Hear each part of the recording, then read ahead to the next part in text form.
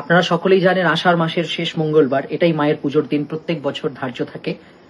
পুজোর দিন মায়ের মূল প্রবেশদ্বার সম্পূর্ণরূপে বন্ধ থাকবে। সেই কারণে আপনারা প্রত্যেকেই বাড়িতে বসে মায়ের কাছে প্রার্থনা করবেন। আমিও বাড়িতে বসে আপনাদের সাথেই মায়ের কাছে আপনাদের প্রত্যেকের মঙ্গল কামনায় তথা গোটা ফাঁসি দেওয়া বাসীর মঙ্গল কামনায় প্রার্থনা রাখব। অত্যন্ত ভারাক্রান্ত হৃদয়ের সাথে জানাচ্ছি,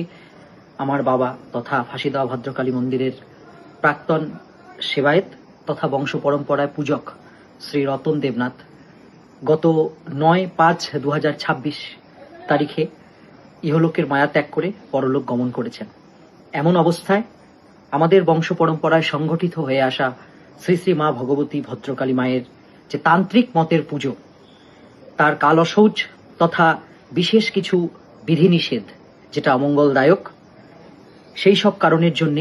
আমরা আমাদের মন্দিরের ছোট ছোট যে মন্দিরগুলো রয়েছে তার ঘরোয়াদের ডেকে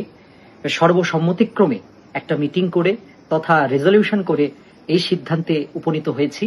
যে এবছর শ্রী শ্রী মা ভগবতী ভদ্রকালী মায়ের পুজো বন্ধ থাকবে। সেই সাথে যেহেতু পুজো সম্পর্কিত একটি মেলা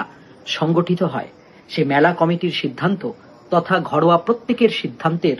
ভিত্তিতেই আমরা সকলে ডিসিশন নিয়েছি যে ফাঁসি দেওয়া ভদ্রকালী পুজো সম্পর্কিত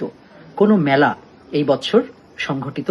হবে না এবং আগামী বছর যথারীতি স্বমহিমায় কাল অশৌচ উঠবার পরে শ্রী শ্রী মা ভগবতী ভদ্রকালী মায়ের পুজো এবং মেলা একই রকম ভাবে আমরা যেন সংগঠিত করতে পারি। এই যে বিধিনিষেধ, এটা 2020 সালে যখন আমার ঠাকুরদা তথা ফাঁসি দেওয়া ভদ্রকালী মন্দিরের পূর্বতন সেবক তথা সেবায়েত